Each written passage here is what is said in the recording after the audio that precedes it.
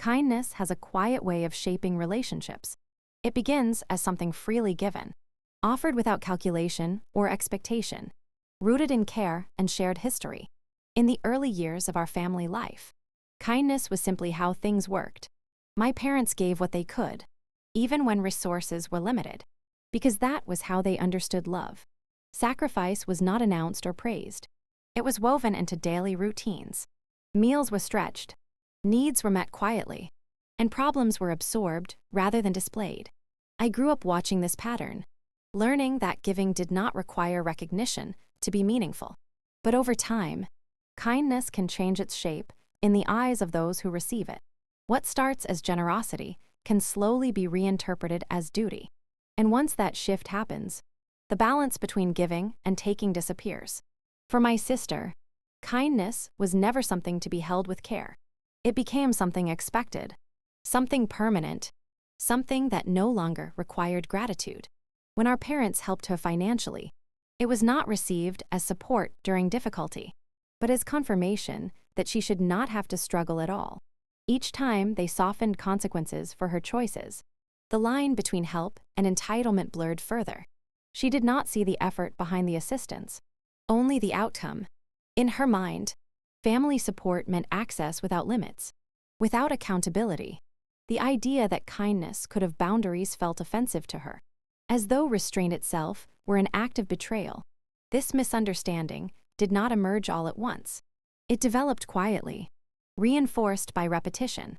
Every bill that was paid on her behalf, every mistake that was cushioned, every warning that was delivered, gently instead of firmly, added another layer to her belief that support was owed.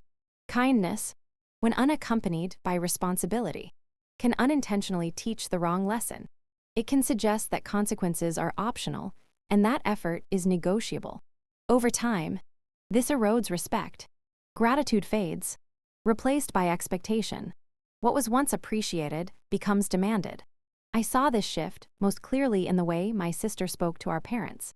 There was no longer humility in her requests, no recognition of limits. Her tone carried impatience, frustration, and eventually accusation. If help was delayed or questioned, she responded with anger, framing herself as the victim of neglect rather than the beneficiary of years of support. Kindness, in her eyes, had become an obligation my parents were failing to fulfill.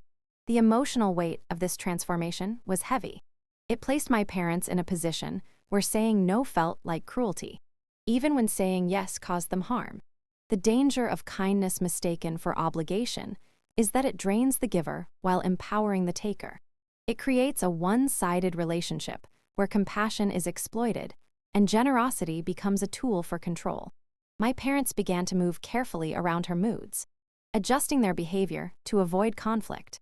Their kindness, once an expression of love, had turned into a source of fear and exhaustion. They were no longer choosing to give. They were being pressured into it. The warmth that once defined our family interactions grew strained, replaced by tension and unspoken resentment. For me, witnessing this change reshaped my understanding of love. I realized that kindness without boundaries does not remain kind. It becomes unsustainable. It teaches dependence instead of growth and rewards disregard instead of effort. True kindness should uplift, not trap. It should support without erasing responsibility. When those limits are ignored, kindness loses its meaning and becomes something hollow, something taken for granted. The moment everything broke was not sudden. It was the inevitable result of years of blurred lines and unchallenged expectations. By the time confrontation arrived, kindness had already been exhausted, stretched beyond recognition. What remained was the painful truth that generosity cannot survive where entitlement thrives. Kindness must be respected to endure, and when it is mistaken for obligation, it is no longer kindness at all.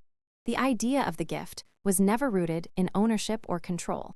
It was born from a quiet observation, from years of watching two people give more of themselves than they ever claimed. My parents had lived their lives adjusting, accommodating, and enduring without complaint.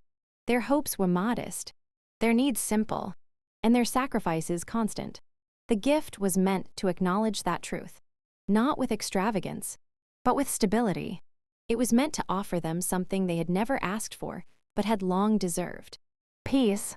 There was no desire to impress, no intention to make a statement. The purpose was gentle and deeply personal, shaped by love rather than recognition. Peace, in this sense, was not silence alone. It was the absence of fear, the absence of pressure, the absence of feeling like one wrong step could unravel everything. It was a space where mornings did not begin with anxiety and evenings did not end with exhaustion. The gift was meant to remove weight, not add it. It was meant to be a place where my parents could breathe freely, where their routines could unfold without interruption or judgment. Every choice connected to that gift was deliberate, from the neighborhood to the light that entered the rooms. It was never about value on paper. It was about what the space would allow them to feel. Possession changes the nature of a gift when it becomes the focus. When something given for care is instead viewed as something to claim, its meaning is distorted.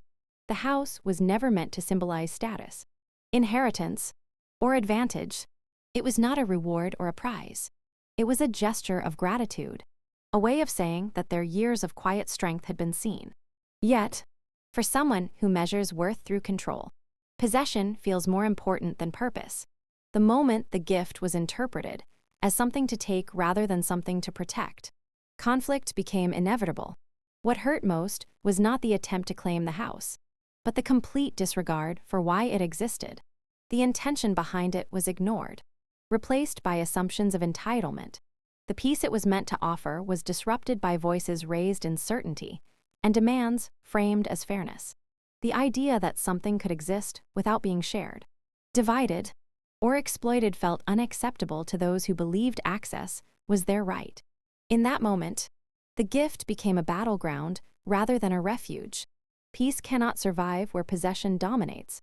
A home meant for rest cannot also serve as a place of tension and assertion.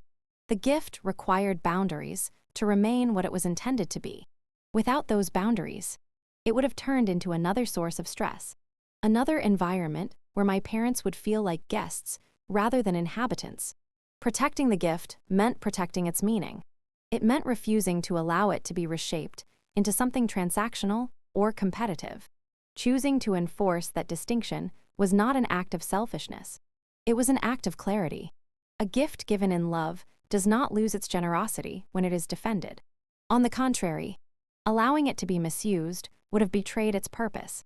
Peace is fragile when surrounded by entitlement, and preserving it sometimes requires firmness rather than compromise.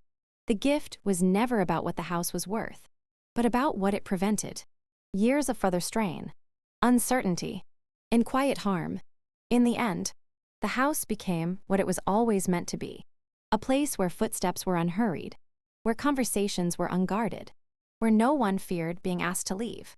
Its value was not measured by size or location, but by the calm it restored. The gift fulfilled its purpose not because it was claimed, but because it was protected. It remained an offering of peace, not possession, and in doing so, it honored the love that created it. Entitlement rarely announces itself in obvious ways. It does not always arrive loudly or aggressively. More often, it grows quietly behind familiar walls, nurtured by comfort, unchecked expectations, and the belief that certain things should never be questioned. Behind closed doors, where outsiders cannot see, entitlement becomes bolder. It sheds politeness and replaces gratitude with assumption. In private spaces, it reveals its true nature, shaped by patterns that have gone unchallenged for too long. In family settings, entitlement can be especially difficult to recognize because it hides beneath the language of love and loyalty. Requests are framed as needs, demands are disguised as fairness, and resistance is portrayed as betrayal. What begins as help slowly turns into obligation, and eventually, into control. Behind closed doors, conversations shift in tone, voices harden. The person who feels entitled speaks with certainty, while others respond with hesitation, careful not to provoke conflict. This imbalance creates an environment where one person's comfort is prioritized at the expense of everyone else's peace. Entitlement thrives on familiarity. It relies on the idea that boundaries will not be enforced because doing so would feel uncomfortable or cruel. Within the privacy of home, behaviors emerge that would never be acceptable in public. Disrespect becomes routine. Manipulation becomes strategy. There is an unspoken confidence that consequences will never arrive because they never have before. Behind closed doors, entitlement tests limits repeatedly, pushing further each time it goes unchallenged. The most damaging aspect of entitlement is how it rewrites reality. The entitled individual begins to see generosity as proof of weakness and restraint as an attack. Support is no longer something given. It is something owed. Any attempt to question this belief is met with defensiveness or anger. The narrative becomes distorted, with the entitled person casting themselves as misunderstood or unfairly treated. Those who try to maintain balance are painted as obstacles rather than protectors of fairness. Inside the home, this mindset creates tension that settles into the walls themselves. Conversations feel strained, laughter fades, and silence becomes heavy. The atmosphere changes, not because of a single event, but because of repeated small violations of respect. Doors may be closed, but the impact of entitlement lingers in every room. Family members begin to move cautiously, adjusting their behavior to avoid confrontation. Their needs are minimized, their discomfort normalized. Over time, this quiet endurance becomes its own form of suffering. Entitlement also strips others of their sense of belonging. When one person claims authority without responsibility, everyone else is reduced to supporting roles in a story they did not choose. Their contributions are overlooked, their sacrifices dismissed. The home becomes less a shared space and more a stage for dominance. What should be a place of safety turns into a place of negotiation, where peace is temporary and always conditional. Breaking this cycle is difficult because entitlement resists accountability. It reacts strongly to limits, often escalating when boundaries are introduced. Behind closed doors, the first challenge to entitlement can feel explosive, as if something sacred has been violated. But in truth, it is not the boundary that causes the rupture. It is the years of imbalance that made the correction feel unbearable. When entitlement is finally confronted, the reaction reveals what has long been hidden. The anger, the disbelief, the refusal to accept reality all confirm what kindness once concealed. Behind closed doors, entitlement had grown unchecked, fed by silence and compromise. Ending its control requires courage, clarity, and the willingness to accept discomfort in the short term for peace in the long term. Entitlement behind closed doors is not just about behavior. It is about mindset, power, and the erosion of mutual respect. It cannot coexist with harmony or fairness, only when the doors are open to truth and boundaries are firmly restored can a home begin to feel like a place of dignity again. That night did not begin with confrontation or raised voices. It arrived quietly, carried in on steady footsteps and restrained breath. The house, once associated with calm and safety, felt unfamiliar, as though it had been holding its breath for hours. The lights were on, but there was no warmth in them. Shadows stretched across the walls, and the air felt heavy with words that had already been spoken and could not be taken back. The truth did not rush in. It entered deliberately, shaped by preparation, patience, and the understanding that this moment had been inevitable. The truth had been carried for a long time before it crossed the threshold. It lived in documents carefully signed, in decisions made privately, and in boundaries set quietly but firmly. That night was not about surprise, but about revelation. What had been hidden for the sake of peace was now visible, not as a weapon, but as a shield. The truth arrived not to punish, but to protect those who had been pushed aside in their own home.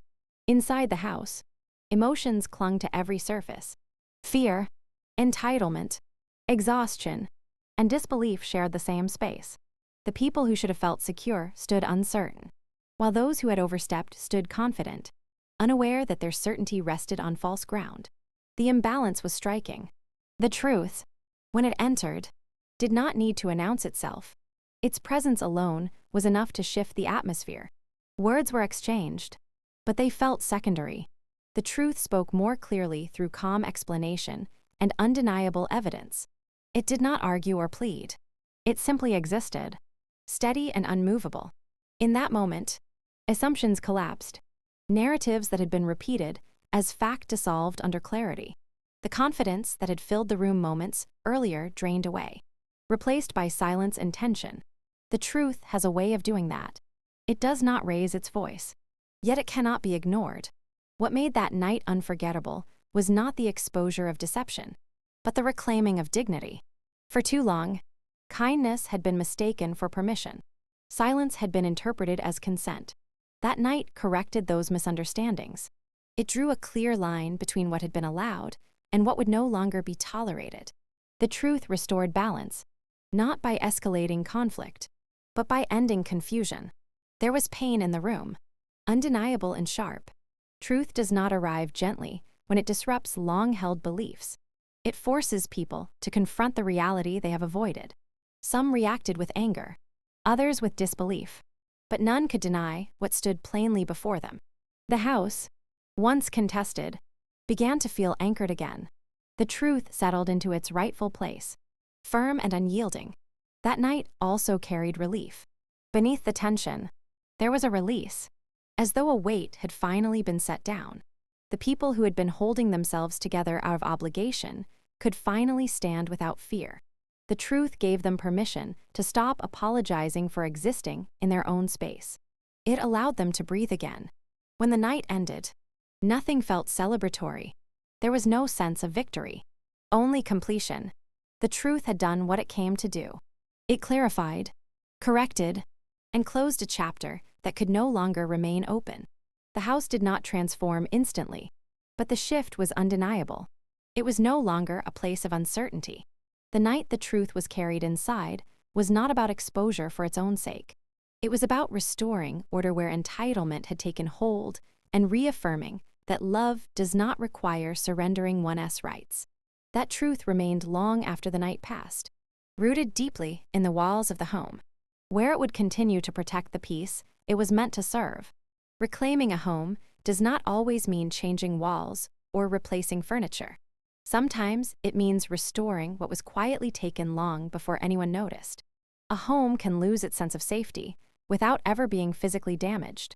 It happens when respect fades, when voices dominate rather than listen, and when the people who belong there begin to feel like guests in their own space. Boundaries are what return a home to itself. They are not barriers meant to shut people out, but lines drawn to protect what should never have been threatened.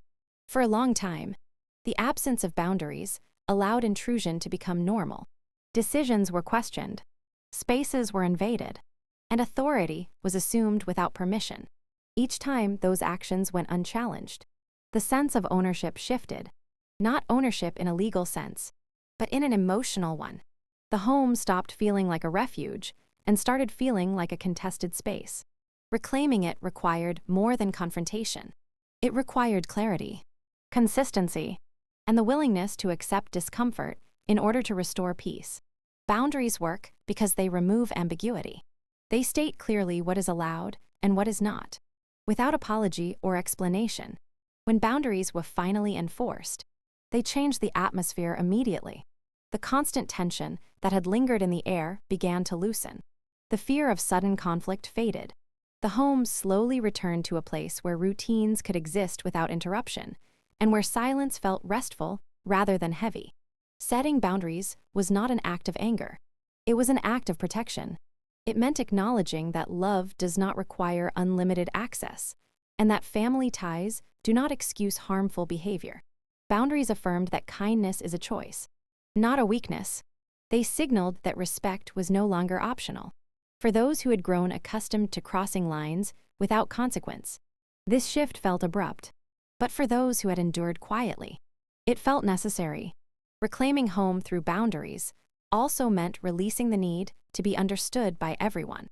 Not all boundaries will be welcomed. Some will be challenged, questioned, or deliberately misunderstood. The desire to explain every decision had to be set aside. The priority was no longer approval, but stability. Once that shift occurred, the home began to settle into itself again. The walls no longer seemed to hold tension. The space felt intentional. Boundaries restored dignity to everyday moments. Simple actions like sitting in the living room without fear of interruption or closing a door without anxiety became possible again. The home stopped being a place of defense and returned to being a place of rest. This transformation did not happen overnight, but it was steady. Each upheld boundary reinforced the message that the space was no longer negotiable. There was also grief in this process. Reclaiming home meant accepting that certain relationships would change, perhaps permanently. Boundaries exposed imbalances that could no longer be ignored. Some people chose distance rather than respect. That loss was painful, but it was also clarifying. A home cannot be whole if it is built on constant compromise of self-worth. In time, the boundaries did what they were meant to do. They created room for peace to exist without fear of being taken away. The home regained its purpose, not as a place of control or obligation, but as a space of belonging. Reclaiming home through boundaries was not about exclusion. It was about preservation. It was the recognition that peace must sometimes be defended in order to survive, and that a home is truly reclaimed when those within it no longer feel the need to protect themselves from one another. Choosing distance is often misunderstood as abandonment or punishment, but in reality, it can be an act of care. It is rarely a decision made in anger or haste. More often, it is the quiet conclusion reached after every attempt to mend, explain, and endure has been exhausted. Distance becomes necessary when closeness no longer nurtures connection, but instead fuels harm. It is chosen not to erase love, but to prevent further damage to what remains. For a long time, maintaining proximity felt like responsibility. Family bonds carried an unspoken expectation that endurance equaled loyalty. Discomfort was tolerated in the name of togetherness, and silence was mistaken for strength. But over time, the cost of constant closeness became impossible to ignore. Peace could not survive in an environment where respect was conditional and boundaries were repeatedly tested. Choosing distance was the acknowledgement that staying close was no longer an act of kindness, but a form of self-betrayal. Distance creates space for clarity. Away from constant tension, patterns become easier to recognize. Words that once confused begin to make sense, and behaviors that were minimized reveal their true impact. In that space, it becomes clear that peace cannot be sustained where accountability is absent. Distance does not erase history, but it prevents old dynamics from continuing unchecked. It allows time to slow down and emotions to settle into something more manageable. This choice was not about winning or proving a point. It was about protecting what had finally been restored. After boundaries were established, distance became the reinforcement that allowed those boundaries to hold. Without it, there was always the risk of slipping back into familiar roles and unspoken compromises. Distance removed the pressure to explain, justify, or defend. It replaced chaos with quiet, and that quiet became a foundation rather than an absence. There is grief that accompanies distance, even when it is necessary. Letting go of the version of family that was hoped for is painful. It requires accepting that some people are unable or unwilling to meet you where respect exists. This acceptance is not cold or indifferent. It is heavy, thoughtful, and deeply human. Peace gained through distance is not free from sadness, but it is free from constant harm. Over time, the distance settled into something steady. There were no dramatic confrontations or ongoing conflicts. Life simply became calmer. Daily routines regained their rhythm. Conversations were no longer guarded. Laughter returned without effort. The absence of disruption allowed healing to occur naturally, without pressure or expectation. Peace did not need to be defended every day. It existed quietly, sustained by the choice to remain apart. Choosing distance also reshaped the meaning of love. Love was no longer measured by proximity or obligation, but by intention and respect. It became clear that love does not require enduring mistreatment, nor does it demand endless access to one's life. Sometimes love is expressed by refusing to participate in cycles that cause harm. Distance can be the boundary that allows compassion to exist without self-sacrifice.